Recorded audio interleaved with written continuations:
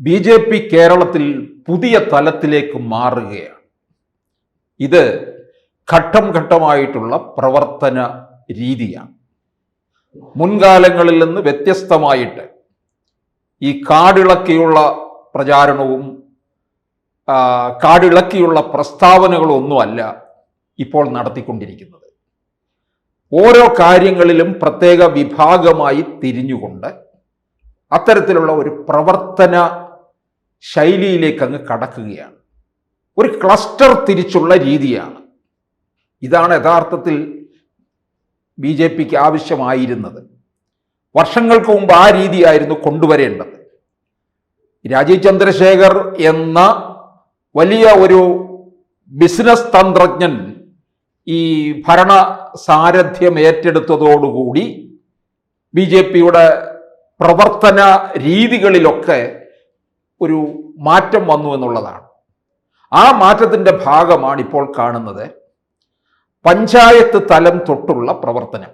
വരാൻ പോകുന്ന പഞ്ചായത്ത് തെരഞ്ഞെടുപ്പാണ് ആദ്യം കാണുന്നത്. അതിൻ്റെ പ്രവർത്തന രീതി, അതിൽ ഊന്നി നിന്നുകൊണ്ട് നിയമസഭയിലേക്ക് കയറുക, അത് ആദ്യ ചവിട്ടുപടിയാണ്. അപ്പോൾ പഞ്ചായത്ത് തലത്തിൽ ഏറ്റവും കൂടുതൽ ശക്തി പ്രാപിക്കുമ്പോൾ നിയമസഭയിലേക്ക് എത്താനുള്ള പ്രയത്നം കുറച്ച് കുറയും.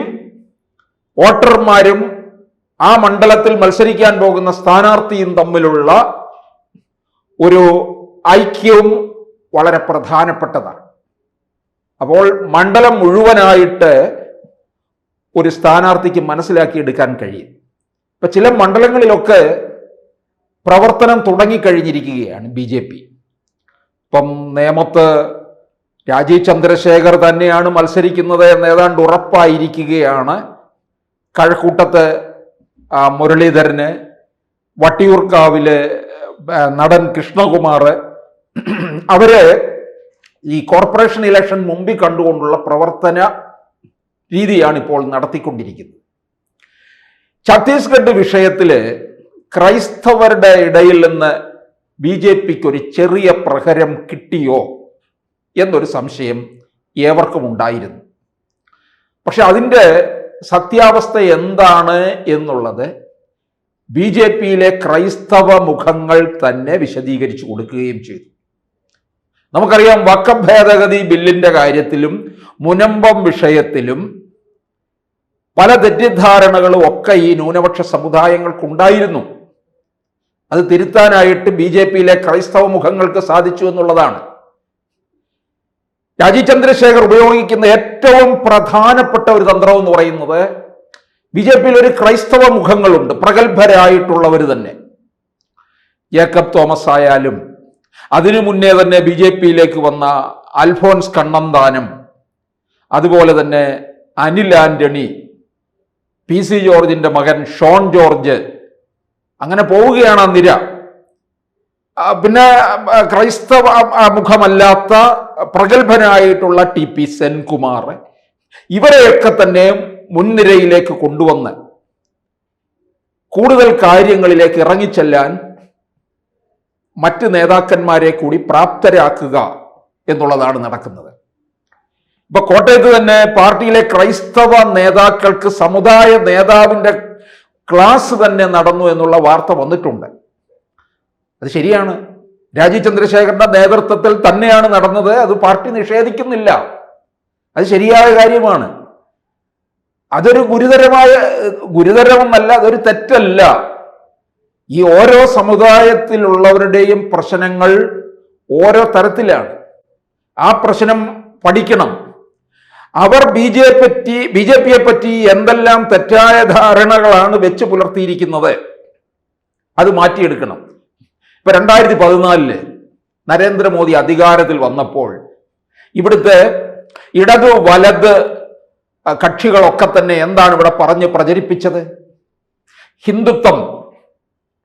ഹിന്ദുത്വമാണ് പ്രധാന അജണ്ട, ഫാസിസം, ഇങ്ങനെ മത ഭീകരത, ഭരണകൂട ഭീകരത, ഇങ്ങനെ പറഞ്ഞ് പ്രബുദ്ധരായിട്ടുള്ള കേരള ജനതയെ പറ്റിച്ചു എന്നുള്ളതാണ്.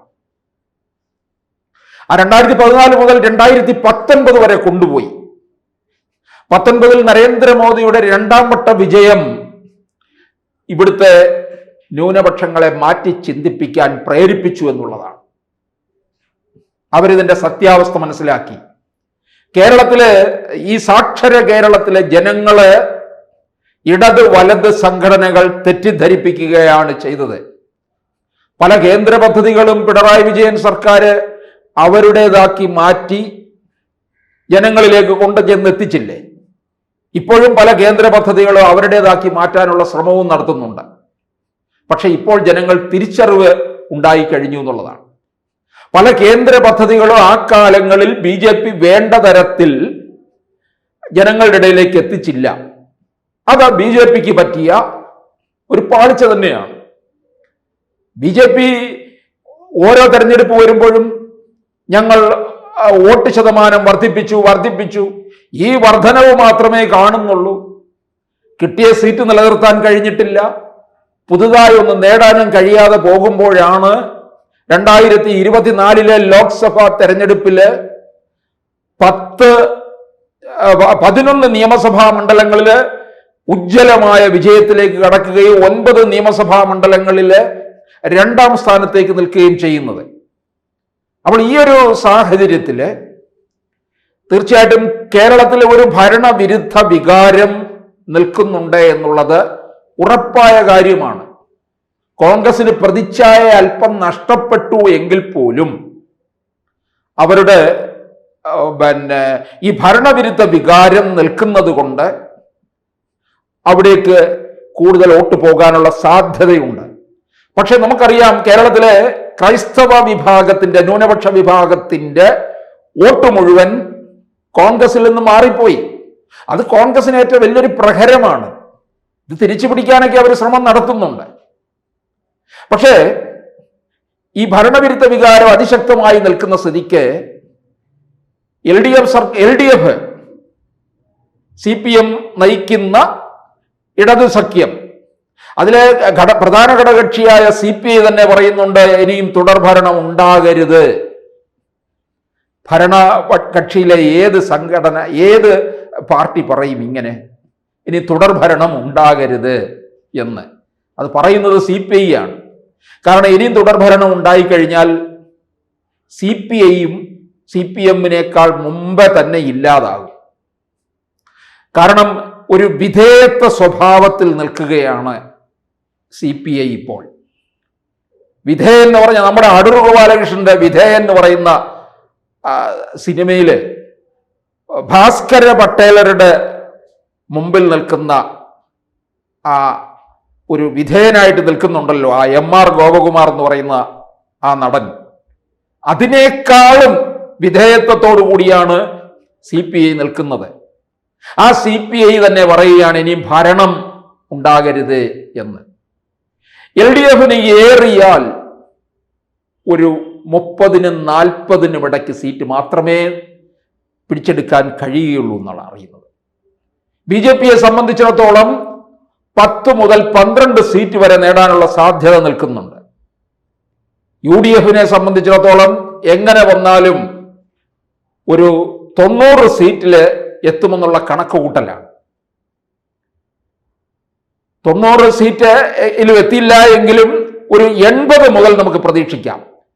LDFന് അതും കുറയാനുള്ള സാധ്യതയാണ് കാണുന്നത്. മുൻപ് പല ജില്ലകളിലെയും കണക്ക് ഞാൻ പല വീഡിയോകളായിട്ട് അവതരിപ്പിച്ചിട്ടുണ്ട്. അവിടെ LDFന് നഷ്ടപ്പെടാൻ പോകുന്ന മണ്ഡലങ്ങൾ ഏതൊക്കെയാണെന്നും കൃത്യമായി പറയുകയും ചെയ്തു. തിരുവനന്തപുരത്തും കൊല്ലം ജില്ലയിലും LDFന് അതിശക്തമായ നഷ്ടമുണ്ടാകും, ആലപ്പുഴ ജില്ലയിലും ഉണ്ടാകും. അതുകൊണ്ടാണ് LDFനെ സംബന്ധിച്ചിടത്തോളം ചിലപ്പോൾ 30 സീറ്റിൽ വരെ ഒതുങ്ങാം. BJPയെ സംബന്ധിച്ചിടത്തോളം 10 മുതൽ 12 സീറ്റ് വരെ നേടിയെടുക്കാനുള്ള സാധ്യതയാണ് ഇപ്പോൾ കാണുന്നത്. നമ്മൾ നിയമസഭ, പഞ്ചായത്ത്, ലോക്സഭ വോട്ടിംഗ് പാറ്റേണിന്റെ വ്യത്യാസം ഉണ്ടെന്ന് പറഞ്ഞാലും അത് ഒരു കാലത്തായിരുന്നു, ഇപ്പോൾ അതിനകത്ത് മാറ്റം സംഭവിച്ചിട്ടുണ്ട് എന്നുള്ളതാണ്. പണ്ട് കാലത്ത് ഈ പോളിംഗ് ശതമാനം കൂടുമ്പോൾ അതെല്ലാം കോൺഗ്രസ്സുകാർക്കാണ് എന്ന് പറഞ്ഞിരുന്ന ഒരു കാലമുണ്ട്. അതൊക്കെ എന്നേ പോയി. പക്ഷേ അതുപോലെ തന്നെയാണ് പഞ്ചായത്ത് തലത്തിൽ ഇവർ നേടുന്ന മുന്നേറ്റം ഇവർക്ക് പിന്നീട് നിയമസഭയിലേക്ക് നേടിയെടുക്കാൻ കഴിയുമെന്നുള്ളതാണ്. അപ്പൊ ഇത് പല മണ്ഡലങ്ങളിൽ നിന്ന് കിട്ടിയ ഒരു കണക്കനുസരിച്ചുള്ള ഒരു ചിത്രം മാത്രമാണ് ഞാനിവിടെ നിങ്ങളുമായിട്ട് പങ്കുവച്ചിരിക്കുന്നത്. ജില്ലാ അടിസ്ഥാനത്തിൽ ഞാൻ ഈ പല വീഡിയോകളിലും പറഞ്ഞിട്ടുള്ളത് വെച്ച് ഇനിയും ഏതാനും മാസങ്ങൾ നിൽക്കുകയാണ്. ഇതിനകത്ത് എന്ത് മാറ്റം ഉണ്ടാകും എന്നുള്ളത് നമുക്ക് തുടർന്നുള്ള വീഡിയോകളിൽ കൃത്യമായി നമുക്ക് പറയാൻ കഴിയുമെന്നുള്ളതാണ്. കൂടുതൽ വാർത്തകളും വിശേഷങ്ങളും നിങ്ങളിലേക്ക് എത്താൻ ABC മലയാളം സബ്സ്ക്രൈബ് ചെയ്യുക, ബെൽ ബട്ടണും അമർത്തുക.